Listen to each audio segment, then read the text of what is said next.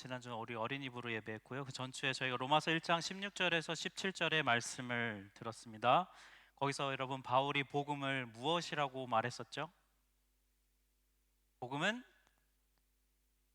네, 복음은 능력이다. 그죠? 복음은 힘이다라고 말했어요.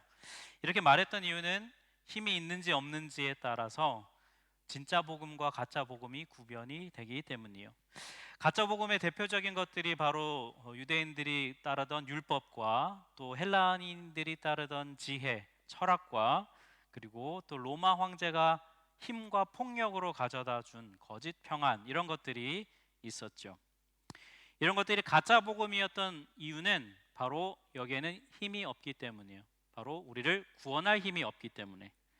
진짜 복음은 오직 예수께만 있다. 왜냐하면 예수님만이 진짜 우리를 구원하실 수 있는 힘을 가진 분이기 때문이라고 함께 말씀을 드렸어요. 근데 예수님만이 정말 참 구원의 힘을 가진 분이라는 것을 알기 위해서 우리에게 필요한 게 한 가지 있었습니다. 여러분 뭐였는지 혹시 기억하세요? 예수님만이 참 구원의 힘이다라고 고백하기 위해서 우리에게 필요한 것은 바로 우리의 철저한 무능함이라는 거예요. 우리의 무능함을 깨달을 때 우리는 예수님만이 참 힘이구나라고 깨닫는다는 것이죠. 그래서 결국 구원이라고 하는 것은 우리가 의롭게 되는 것인데 그것은 우리의 힘으로는 불가능하다. 오직 하나님의 의로움을 우리에게 주셔야만 우리가 의로워질 수 있다. 이런 말씀을 나눴어요. 그런데 그 하나님이 주시는 의로움을 받는 방법이 바로 오직 믿음밖에 없다. 그래서 오직 의인은 믿음으로 말미암아 살리라, 이런 말씀을 함께 나누었었습니다. 눈빛이 처음 들으시는 것 같은 눈빛이어서 제가 좀 당황스러운데요. 어쨌든 우리의 마음에 심여 있기를 소원합니다. 여기까지가 지난번에 저희가 들었던 말씀의 본문의 내용인데, 오늘은 그 본문의 내용에 이어서 바울이 지난번에 했던 말씀에 대한 질문이 있을 수 있잖아요. 그 질문에 대한 답을 사실 오늘 본문에서 말하고 있어요. 그 질문은 이런 거예요. 왜 사람은 스스로 의로워질 수 없는가? 왜 인간은 스스로 의로워질 수 있는 힘을 가지고 있지 않은가? 그럼 도대체 사람은 어떻게 진짜 의로워질 수 있는가? 이 질문이 나올 수 있는데요. 이 질문에 대한 답이 오늘 본문부터 시작해서 앞으로 저희가 몇 주간 듣게 될 로마서 3장 20절까지의 내용이 이 질문에 대한 답을 말해주고 있습니다. 그래서 여러분이 앞으로 설교를 들으실 때는 이 질문에 대한 답이구나라고 생각하시면서 말씀을 함께 나누었으면 해요.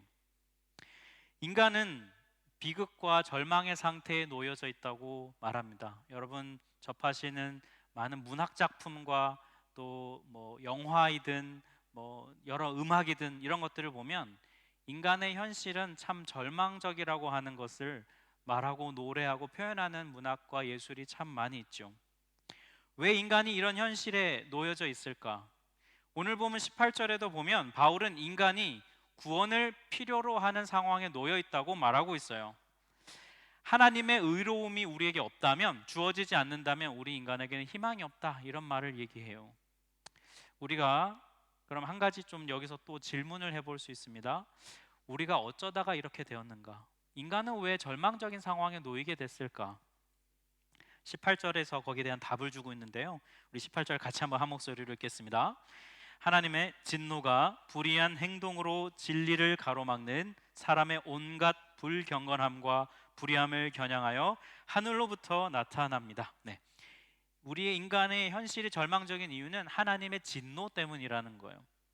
하나님의 진노의 결과가 인간의 절망이라는 것입니다. 그러면 하나님은 왜 진노하실까?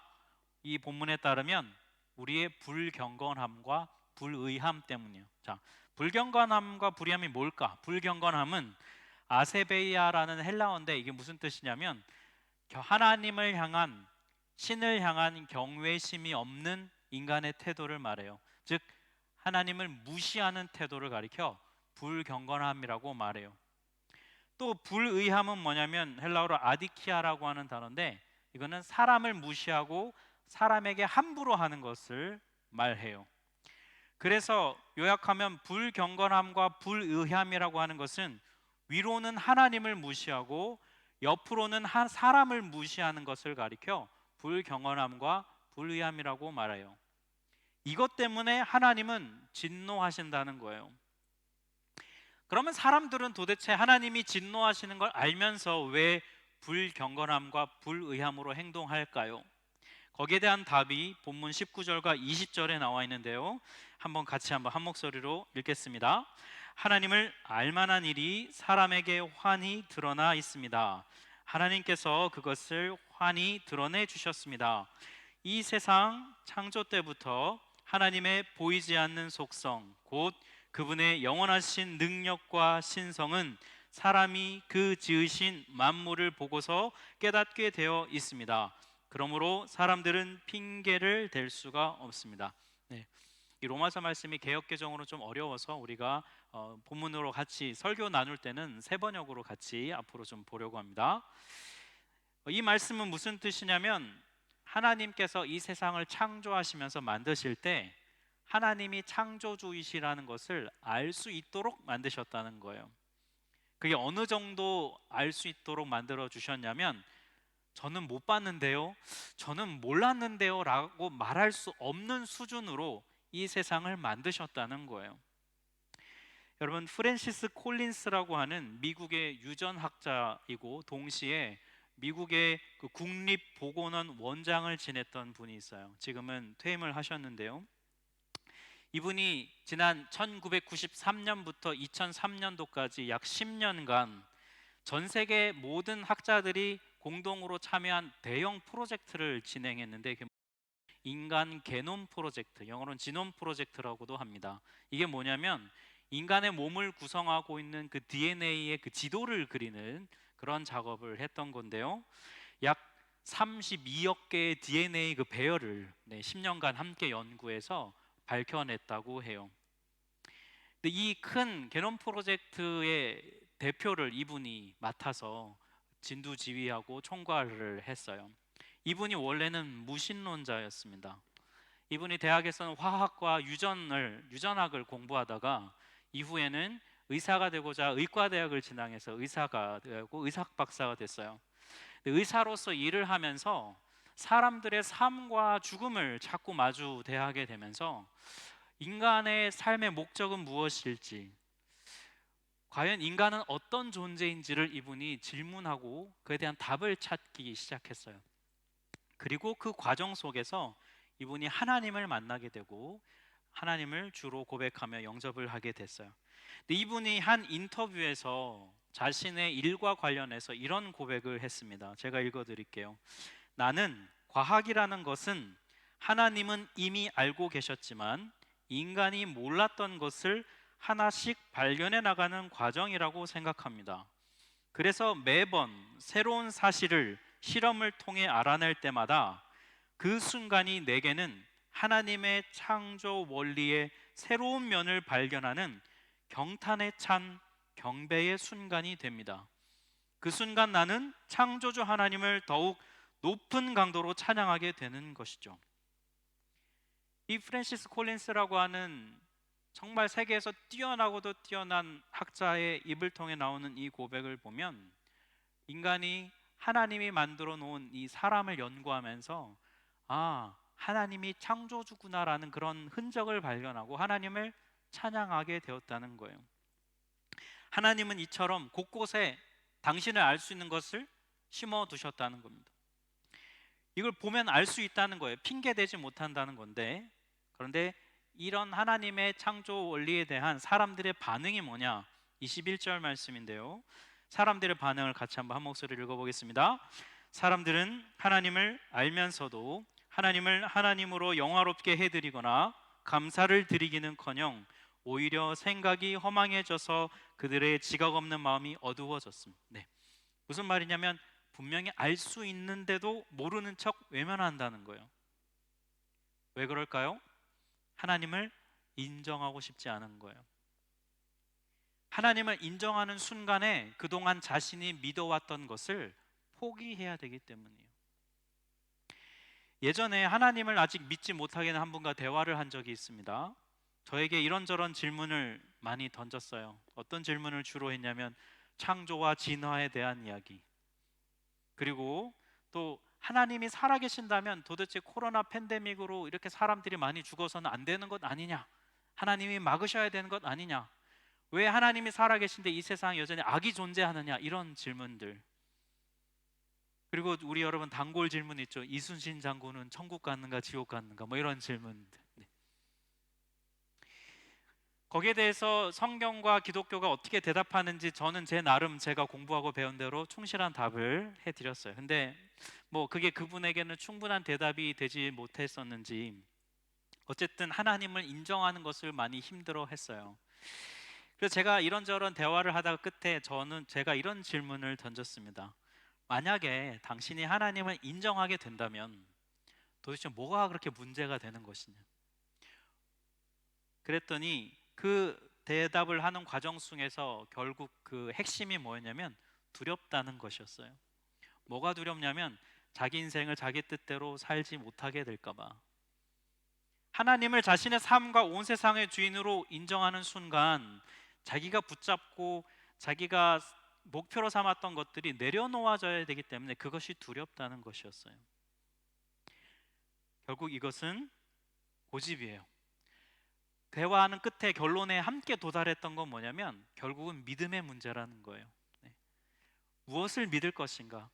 하나님이 계시냐? 하나님이 계시지 않느냐? 이 두 가지의 이 대답의 결론은 결국 둘 다 명확하게 눈으로 보이는 대로 밝혀낼 증거가 명백하게 없어 보이지만 결국은 뭘 믿을 것인가야 믿음의 문제인데 하나님을 인정한다고 믿는 순간 자신의 삶에 일어날 변화가 두렵다는 것이 하나님을 인정하기 싫어하는 핵심이었습니다. 그래서 제가 얘기했습니다. 이건 고집이다. 이거는 고집이다. 이렇게 여러분 고집스럽게 하나님을 인정하지 않고 하나님을 싫어하잖아요. 그러면 여러분 그 결말이 뭘까요? 오늘 본문 22절과 23절에 나와 있어요. 같이 읽겠습니다. 스스로 지혜 있다 하나 어리석게 되어 썩어지지 아니하는 하나님의 영광을 썩어질 사람과 새와 짐승과 기어다니는 동물 모양의 우상으로 바꾸었느니라. 네. 여러분 우상이 뭐냐면 허수아비 우의 형상상이에요. 그러니까 허수아비상. 허수아비는 뭐예요? 실제가 아니잖아요. 네, 실제가 아닌 모양 이런 뜻이에요. 이 말씀은 무슨 뜻이냐면 하나님을 싫어하고 하나님을 인정하지 않는 사람은 결국 하나님이 아닌 다른 우상을 예배하게 된다는 거예요. 여러분 이분이 굉장히 중요한 부분이에요. 하나님을 싫어하는 사람은 하나님이 아닌 다른 것을 예배한다는 거예요. 여러분 이게 무슨 뜻이겠습니까? 예배하는 대상이 바뀌었을 뿐 인간은 예배하는 일을 멈추지 않는다는 거예요. 하나님을 싫어하는 인간이 여러분 굳이 왜 또 다른 우상을 섬기고 예배하게 될까? 아무것도 예배 안 하면 되잖아요. 근데 그 이유는 바로 사람은 예배하는 존재로 창조되었기 때문이에요. 여러분 성경에 따르면 사람은 하나님의 형상대로 만들어졌다고 해요. 하나님의 형상대로 창조되었다는 말은 하나님을 닮은 존재로 만들어졌다는 거예요.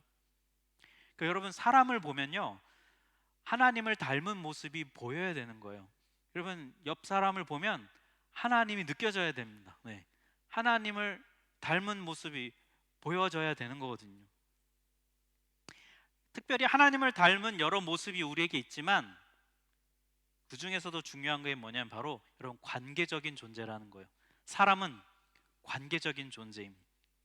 성부, 성자, 성령 하나님도 삼위일체로 관계적인 존재이시듯 우리 하나님을 닮은 우리도 관계적인 존재예요.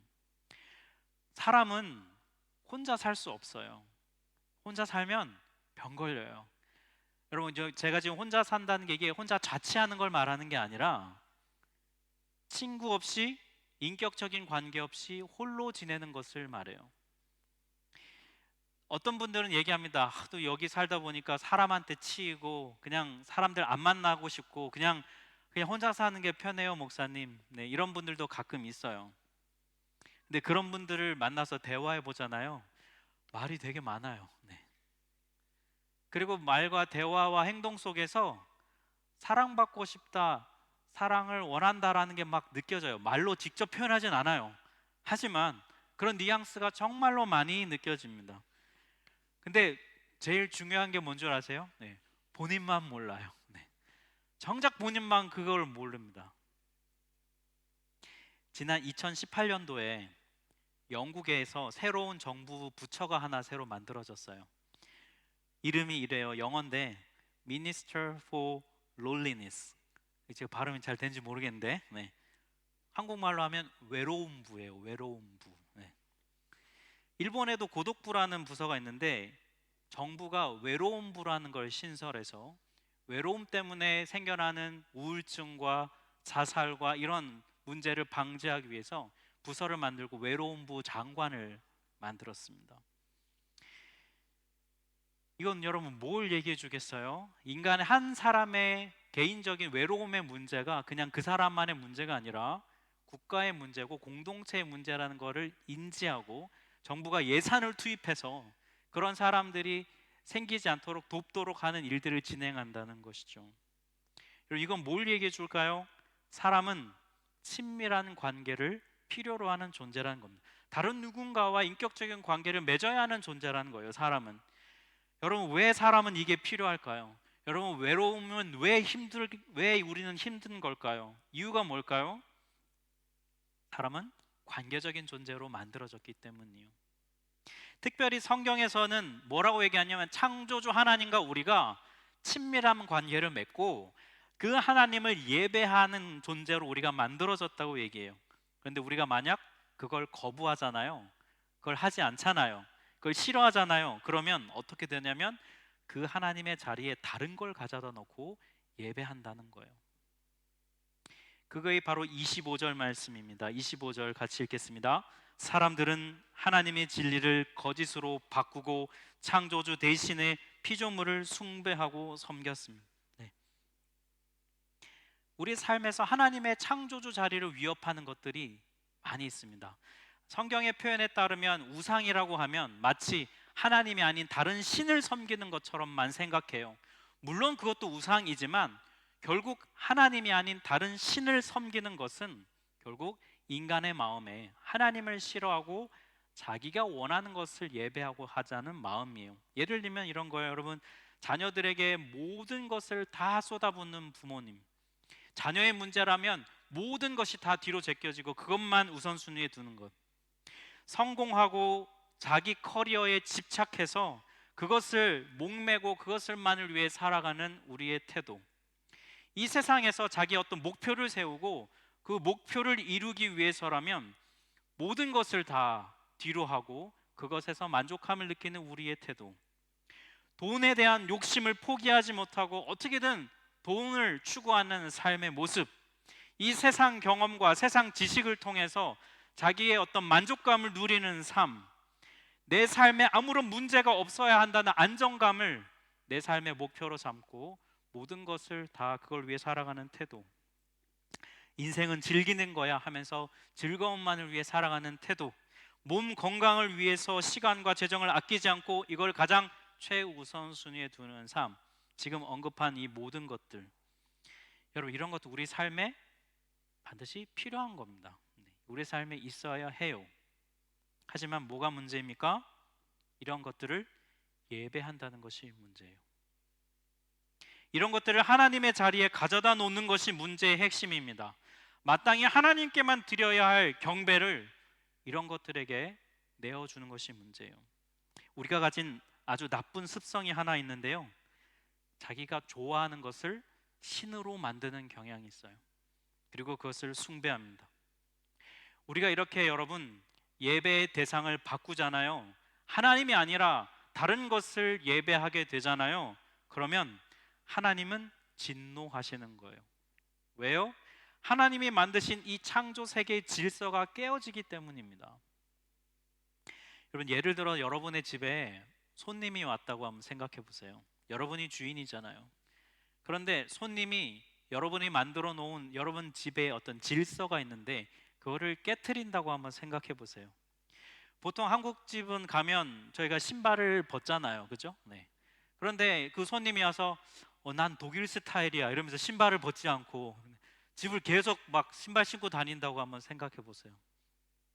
여러분이 디스플레이 해놓은 멋진 액자와 사진이 있는데 야 이걸 여기 걸면 어떡해? 그럼 여러분 자기 마음대로 막 빼고 이상한 걸 막 거기 달아놓고 멋있다고 그러고 이쁘지 않냐고 막 얘기한다면 여러분 그런 손님은 어떻게 해야 됩니까? 여러분 그런 손님 어떻게 해야 돼요? 쫓아내야죠. 여러분 뭘 어떻게 해요? 네. 쫓아내야죠. 그런 손님은. 네. 손님이지만 주인의 질서를 무시하는 거잖아요. 그죠? 하나님이 우리에게 느끼시는 마음이 바로 이 마음이에요. 하나님이 창조하신 이 세상에 질서가 있는데 이 세상 질서를 사람이 자기 멋대로 바꾸고 깨트리는 것. 그 결과는 하나님이 진노하시는 것이죠. 하나님을 싫어하는 것이 모든 인간의 불행의 출발점이고 절망의 시작이에요. 하나님을 창조주로 인정하지 않는 것은 정말 어리석은 겁니다. 왜요? 대상만 바꾸는 것이기 때문에, 다른 것을 예배하기 때문에, 자기 욕심을 예배하는 것이기 때문에 정말 어리석은 것이죠. 여러분, 이 어리석음에서 벗어나려면 우리에게 뭐가 필요할까요? 오늘 보면 25절이 우리에게 그 답을 주고 있어요. 25절 같이 읽겠습니다. 하나님은 영원히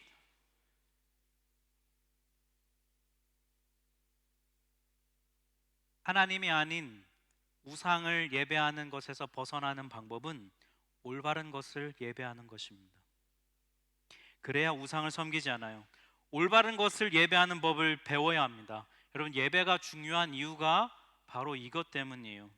여러분 주일날 이 자리에 나와서 지금 이렇게 예배하시는 이유가 뭔가요? 우선 여러분 몸이 이 자리에 와 있다는 것은 중요해요. 왜냐하면 마음이 없으면 몸도 안 오거든요. 네. 물론 마음 없이 몸도 오는 경우도 있지요. 네. 하지만 마음 없이 마음은 있는데 몸이 없어. 그건 조금 상황을 좀 생각해 봐야 돼요. 특별한 경우가 있어서 못 오는 걸 제외하고 몸이 여기 와 있어요. 그러니까 여러분 여기 몸이 여기 와 있기 때문에 여러분 일단 합격이에요. 근데 그 다음이 중요해요. 이곳에 와서 우리는 무엇을 예배하고 있나요? 물론 정답은 하나님이죠. 그런데 정말 우리는 그 하나님을 예배하고 있는 게 맞을까요? 어떤 분들은 사람을 만나러 오는 분도 있을 거고요. 어떤 분은 찬양 시간에 노래하는 게 좋아서 오는 분도 있을 수 있습니다. 어떤 분들은 설교에서 자기가 원하는 얘기를 듣고 싶어서 오는 분도 있는지 모르겠어요. 하지만 우리의 이 자리에 와서 예배하는 목적은 딱 하나입니다. 하나님을 높이는 것이에요. 하나님을 경배하는 것. 여러분, 하나님을 높이는 건 어떻게 하는 걸까요? 하나님의 성품을 찬양하고 내가 하나님이 아닌 다른 섬기고 있던 것들을 내려놓는 것. 그게 하나님을 예배하는 거예요. 하나님의 성품을 경험할 때 우리는 바로 이런 일이 우리 안에 일어나게 돼요. 하나님은 이런 분이시구나. 예배하면서 우리에게 깨달음이 올 때 그때 하나님을 높이게 됩니다. 나의 삶의 흔적을 돌아보면서 내가 정말 몰랐는데 지난주에 이런 일이 있었는데 그게 하나님이 내 삶 가운데 함께 하셨기 때문에 가능했던 거구나. 하나님이 나와 함께 이렇게 계시고 이렇게 일하셨구나를 여러분 깨닫는 그 순간에 우리는 예배하게 돼요. 그러면 그 순간이 우리가 붙잡고 있던 다른 우상을 내려놓게 되는 순간이 돼요. 이렇게 예배하게 되잖아요. 이렇게 정말 하나님을 온전히 경험하고 예배하게 되잖아요. 여러분 자연스럽게 우리 안에 있는 우상이 무너집니다. 우리 안에 억지로 내가 사랑하고 하나님이 아닌 다른 것을 예배하는 마음이 우리 안에 있다는 걸 알면서도 우리가 포기하지 못하잖아요. 그럴 때 올바른 것을 예배하게 되면 우상은 무너지게 되어 있어요. 그게 성경의 원리입니다. 올바른 것을 예배하잖아요. 그러면 우리 삶의 중심이 잡혀요. 삶의 목적이 분명해집니다. 자기 만족을 위한 예배가 아니라 하나님이 중심에 계신 예배는 자연스럽게 올바른 삶으로 우리를 인도하게 돼요. 여러분 주일날 이 예배에 빠지는 것을 너무 쉽게 생각하지 마세요. 그럼 어떻게든 오고 싶은데 못 와서 아쉬워하는 사람과 어떻게든 빠지고 싶은데 핑계가 생겨서 빠지는 사람은 여러분 구별돼요. 대화해 보면 알아요. 이런 태도는 결국 우상 숭배하는 데 여지를 줘요. 여러분 예배는 우선순위의 문제거든요. 무엇을 최우선순위에 두느냐는 거예요. 여러분 여기 독일에서 우리 아이들이 아프면 학교 안 가잖아요. 그죠? 우리 아이들이 왜 이렇게 자주 아플까요? 네. 진짜 아픈 애들도 있죠. 근데 자기가 감기 기침 한 두 번 해서 학교 안 가려고 했는데 엄마가 혼내갖고 학교를 갔는데 앞에 친구도 감기 걸려 안 오고 옆에 친구도 감기 걸려 안 오면 그게 그렇게 억울한가 봐요, 애들이. 네. 그래서 안 아프던 우리 애가 막 아파져요. 학교만 갔다 오면. 네. 그런데 막 그런 애가 집에서 TV 보면서 막 웃고 있으면 열받지 않습니까? 네. 여러분 예배를 대하는 우리의 태도를 보시는 하나님 마음도 이러시지 않을까요? 부모된 우리가 신앙의 선배된 우리가 예배를 우선순위에서 밀어내면 자녀들도 그렇게 돼요. 아, 이런 문제면 그냥 예배 안 가도 되는구나. 자연스럽게 배울 거예요. 어쩔 수 없는 상황에서 예배를 못 드리게 됐을 때 그 아쉬운 마음으로 어떻게든 예배가 중요하다는 것을 보여줄 필요가 있어요. 제가 자녀분들에 대한 기도 제목을 많이 부모님들이 내시잖아요. 근데 그 기도 제목 들을 때 자녀의 공부와 진학과 학교 적응과 친구 관계와 건강을 위해서는 기도 제목을 많이 내요. 근데 우리 아이가 하나님을 우선순위에 둔 아이가 되게 해주세요. 우리 아이가 하나님의 영광을 위해 사는 아이가 되게 해주세요라는 기도 제목은 잘 못 들어요. 사랑하는 성도 여러분, 올바른 예배는 우리를 우상으로부터 지켜줍니다. 올바른 것을 예배할 때 우리 안에 있는 우상은 무너지게 되어 있습니다. 참 하나님을 예배 가운데 만나면 내가 두려워서, 내가 염려되어서, 내가 고집스러워서 붙잡고 있던 것들을 내려놓아지는 은혜가 예배 가운데 있어요. 우리가 올바른 것을 예배하면요. 그래서 우리는 이 자리에 나와서 해야 할 일은 내가 하나님의 자리에 붙들고 있던 것들을 내려놓는 것입니다. 이 시간에 온전히 하나님께 집중하며 하나님 우선순위를 회복하는 거예요. 그러니 여러분 이 예배 시간에 늦지 마세요. 그래도 제가 보니까 이제는 대부분 많이 일찍 오십니다. 네, 이전보다 정말 많이 좋아졌어요. 근데 여러분 그냥 시간을 지키는 게 중요한 게 아니라 우선순위를 표현하는 우리의 마음이 몸으로 나타나는 거예요. 예배 끝나고 여러분 축도 마무리 하잖아요. 간식 준비하러 일찍 나가지 마세요. 저희가 1, 2분 늦게 먹는다고 무슨 큰일 나지 않습니다. 네, 괜찮아요. 축도 마무리되고 후주까지 끝나고 온전히 하나님께 드리고 가십시오. 그게 여러분 하나님을 우선순위에 둔다는 우리의 표현이에요. 말씀을 맺겠습니다. 한 사람이 여러분 그 사람의 삶을 어떻게 살았는지를 확인할 수 있는 가장 좋은 장소가 어딜까요? 그의 장례식이에요. 그를 찾아온 사람들과 그의 삶에 대한 이야기들을 들어보면 이 사람이 평생 무엇을 위해 살았는가? 오늘 예배의 언어로 바꾸면 이 사람이 평생 무엇을 예배하며 살았는지 장례식에서 다 드러나요. 여러분 우리의 장례식, 나의 장례식에서 사람들은 내가 뭘 예배하며 살았다고 말할까요? 돈일까요? 사람일까요? 가족일까요? 자녀일까요? 우리는 하나님을 우선순위에 두며 하나님을 예배하는 사람이었다는 평가를 우리는 받을 수 있을까요? 결국 사람은요 목적이 있는 존재입니다. 성경에 따르면 사람은 목적이 있는 존재예요. 존재의 이유가 분명합니다. 우리의 마음에는 무언가를 위해서 무언가를 예배하면서 살아가려는 본능이 우리 안에 있어요. 그렇게 창조되었기 때문에. 우리는 무엇을 예배하며 살아야 할까요? 이거에 대해 이사야서 40장, 43장 21절 말씀은 분명하게 얘기해 줍니다. 함께 같이 읽겠습니다. 이 백성은 내가 나를 위하여 지었나니 나를 찬송하게 하려 함이니라. 아멘. 이 말씀을 이루는 여러분 되시기를 주의 이름으로 축복합니다.